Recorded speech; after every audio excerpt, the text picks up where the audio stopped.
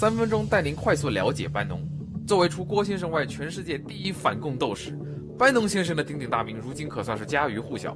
鉴于许多墙内同胞对真实信息的获取渠道有限，今天就由我令狐冲为大家快速简单的介绍一下班农先生的个人背景。班农先生全名史蒂夫·班农，1953年出生于弗吉尼亚州一个普通的天主教工人家庭。他中学毕业于一所天主教男子军校，大学就读于名校弗吉尼亚理工学院，主修城市规划与管理学。在此期间，他还成功当选了学生会主席。大学毕业后，班农先生被授衔海军军官，进入海军舰艇部队服役。在1980年伊朗人质危机期间，曾奉命前往波斯湾参与著名的鹰爪行动，后来被调去五角大楼任职海军作战部部长的助理。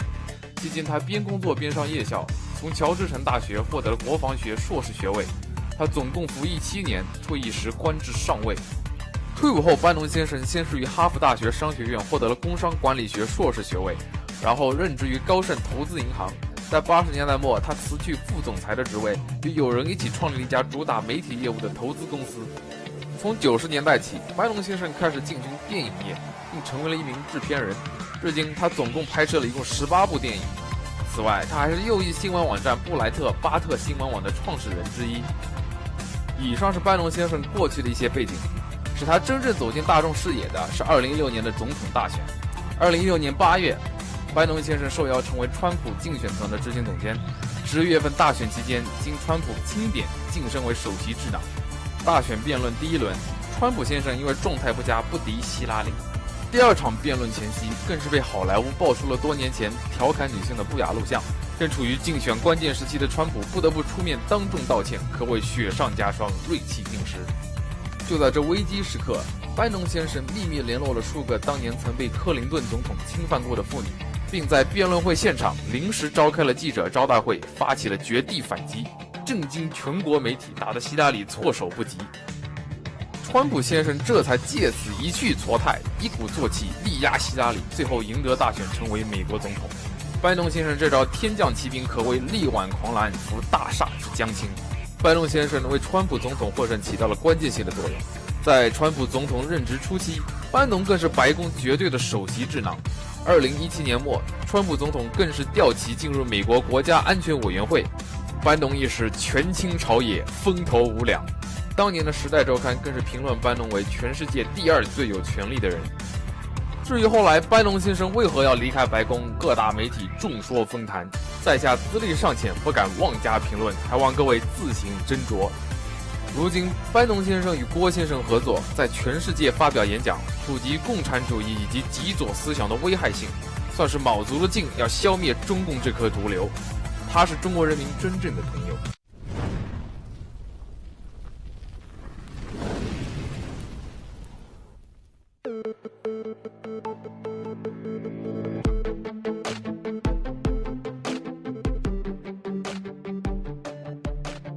And we're actually live streaming it on one of my Chinese partners.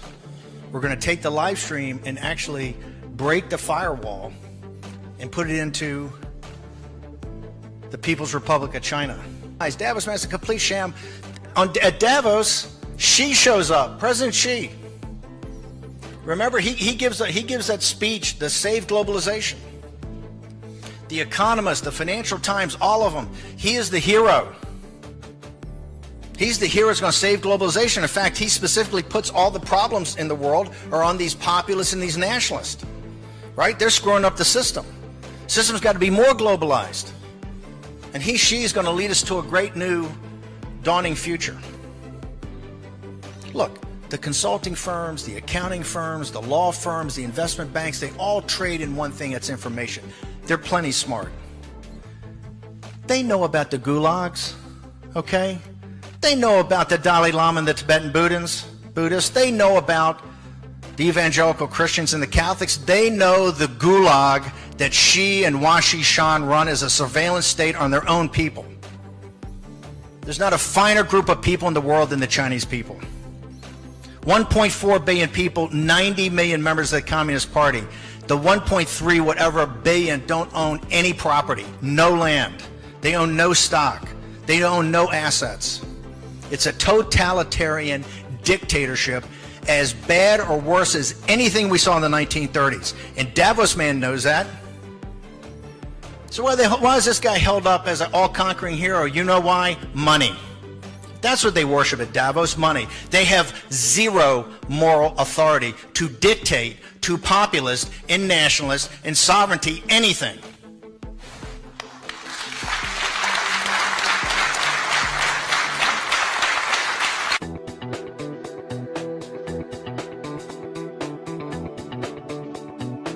Europe leads in this populist nationalist revolt. This is a hotbed. Europe's a hotbed for this populist nationalist, and I'm learning every day. The party at Davos loves democracy until it starts going against them.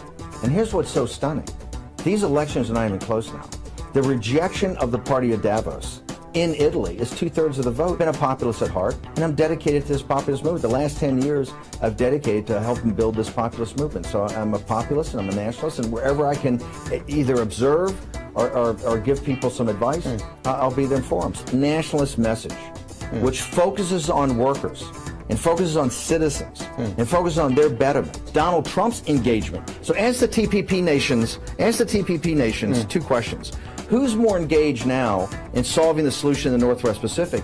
And as China has built 7 stationary aircraft carriers in the South China Sea during Obama's pivot to Asia. Things, Steve Bannon, that you've done in the last year and a half that you're ashamed of? Oh, absolutely not. I'm actually quite proud of what we've done and what we've accomplished. And I hope to accomplish more in the future. So I'm no regrets? Not zero. Not a regret in the world.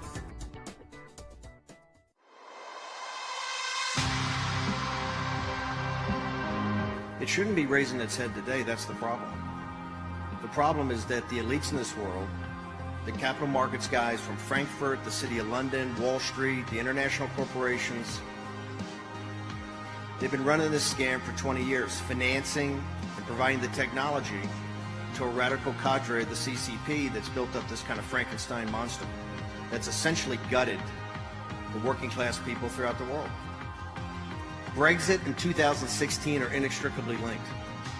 For the last 20 years, the most significant story was the radicalization of the Chinese Communist Party to suppress their own people, the noble and decent people of the People's Republic of China, and turn it basically into slave labor for the West so they can make goods for the corporatists at higher margins and sell it back to the unemployed and underemployed in the West.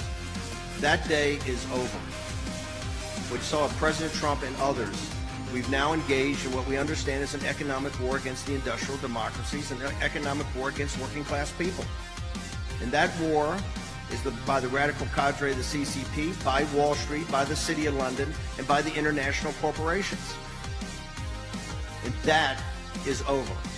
I think where you don't allow it to have concentration of power, I think where you don't allow it to get out of control, where you have this kind of permanent political class and elite, and kind of this merger between state capitalism and government. And this is what you're seeing in China today, right? This is what you're seeing in various aspects of the West. That has to be broken up. Entrepreneurial capitalism, where the little guy gets a shot, is the best form of capitalism. You do that and you've opened up the possibility of true freedom for working class people. You know, this is a world revolution going on right now. And you have to see reality of what reality is. And no, I don't think in Washington, President Trump in the West, I think you're starting to see evolve a very thought-through plan. And the United States does not want to be an imperial power. We're not looking for protectors. Working class people in the United States are looking for allies in the West, in the Judeo-Christian West, in the Middle East, in Central Asia, in China. The greatest ally we're ever going to have is old 100 names, the working class people in China. Thanks. Very briefly about North Korea, and this shows you the haplessness of the European Union. It was the Clinton, the Bush, the Obama administration, and the haplessness, complete, total haplessness of the EU and all the happy talk that allowed North Korea to get the ballistic missile technology and all the nuclear warhead technology they got, okay? For 30 years, right? All this great negotiating power, all this rule of law, all this great stuff. You had a criminal junta putting together a nuclear plant. North Korea is a vassal state of Beijing. And that is President Trump is handling these negotiations. We've made more progress with North Korea in confronting these issues and with Beijing in President Trump's tenure than the 30 years of haplessness between the Democratic Party, the Republican Party, and our partners in the EU. They're the ones that created and allowed North Korea to be created and be the great threat to Japan and South Korea it is. And I happen to believe not Iran and not Venezuela and not the North German plane with the Russians. The single most dangerous, and not North Korea and the Northwest Pacific, the single most dangerous place in the world, and the place where the next war could start unless we're very wise about how we handle it, is the South China Sea. And this is the provocation of the expansionist power of this radical cadre of the CCP that built those islands and had the Democratic Party and Barack Obama and Hillary Clinton and that whole gang had the Munich of the 21st century when they allowed those stationary islands, which are basically aircraft carriers, to be built. This is the central issue, I think, of freedom in the world, the free navigation of the South China Sea and the dismantling of those islands that the Chinese Communist Party, the radical cadre of Yuan Shishan and Xi, have put down there to make the South China Sea an eternal sea of the radical cadre, the CCP. And this is where the European Union looked the other way. This is where Obama looked the other way. This is where Joe Biden looked the other way. This is where the Democratic Party looked the other way.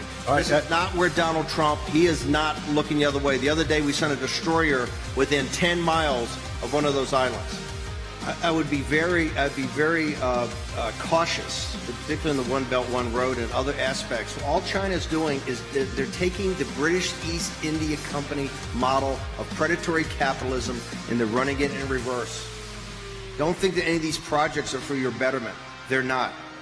And this is not about the Chinese people. The Chinese people are under the worst suppression in the world of any nation on earth by this radical cadre, the CCP. And this is not about the containment of China. This is not about the Chinese people. This is about a business model of state capitalism financed by the West, technology provided by the West, that's for profit, that's allowed this to happen. That is what Trump, and these are not a few simple things that can happen. This is not a trade war. This is an economic war. They've been running this economic war for 20 years. This deal is a truce. This deal is an armistice. It's not about are they going to buy more soybeans. We already know that's why all the liars on Wall Street that said the stock market was going to implode, the economy was going to implode, all the Democrats, everything's going to happen. Nothing happened on Wall Street. You know why? The Chinese have very few bullets in the chamber. They're looking down an economic shotgun from the United States. We cut them off on technology. We can put ZTE and Huawei out of business in 30 days. 30 days. They're looking down an economic shotgun because the Thucydides trap crowd in the West, in Berlin, in Paris, in London, in Washington, D.C., on Wall Street, they all said the West is in decline. And that is a fundamental lie.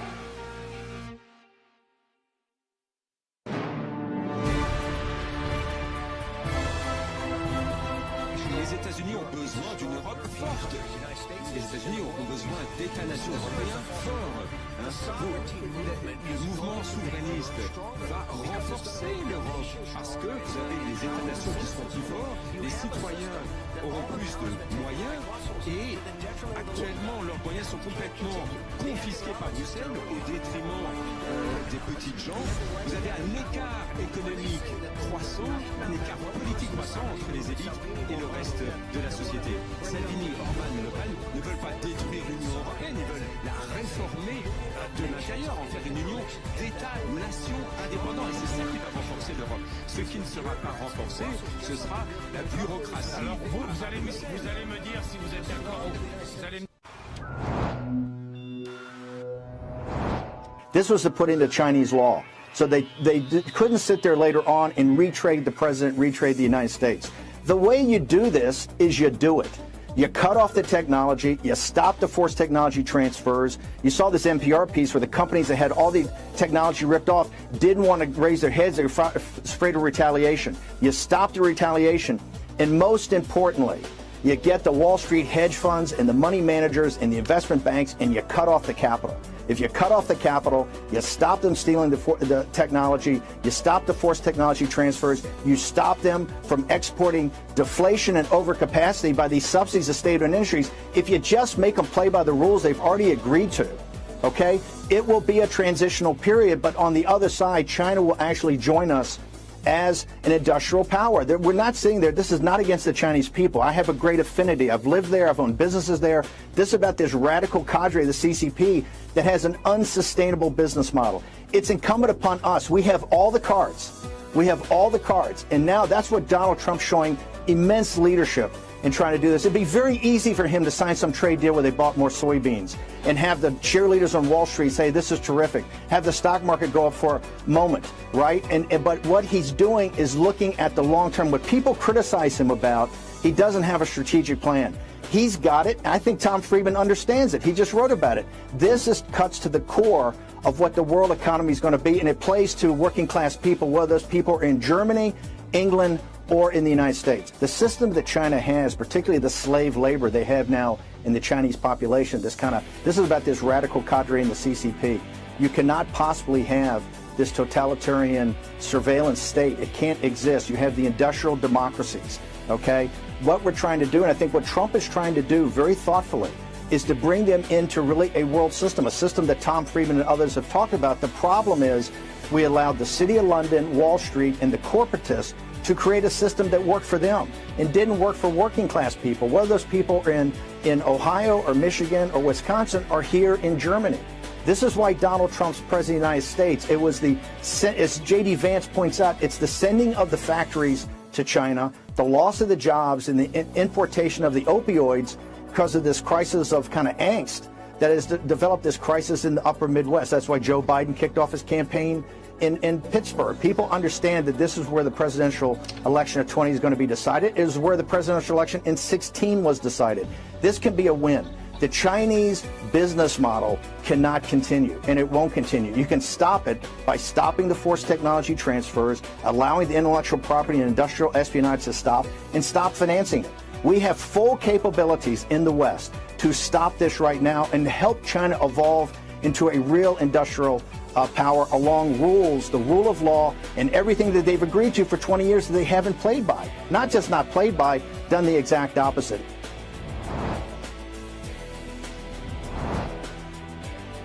Well, I think it turned around. I think you saw all the globalists at that time. You had a huge emphasis. Remember, that's when we didn't get a chance to build the wall. That's when we hadn't gotten our trade. We hadn't taken on China. If you look in the summer of 17, it was kind of the doldrums. And by the way, you should read, I think, the book by Woodward. I actually tendered my resignation to General Kelly on August 7th and then left 10 days later. But that was the doldrums. President Trump is now full on. He's building the wall. He's down there fighting the courts. He's doing a fantastic job in engaging on this economic war that China's been running on the United States. He's engaging the radical, Communist Party in China. President Xi and Yuan Shishan, these radicals that are taking control of China. You saw in this great effort he had in Japan over the last couple of days, which the mainstream media is focused on his Twitter feed. People in Asia are focused on how he has bound together the Japanese and the American military and the Navy and sent a very strong signal to countries around the South China Sea that the Americans and the Japanese are going to work together to make sure those sea lanes are free. It was a very powerful couple of days for the president. So I think the president's on fire right now with this program back. He's completing the promises he made to the American people. That's why the economy's doing well, and I think that's why he's seeing an America First national security policy that people understand.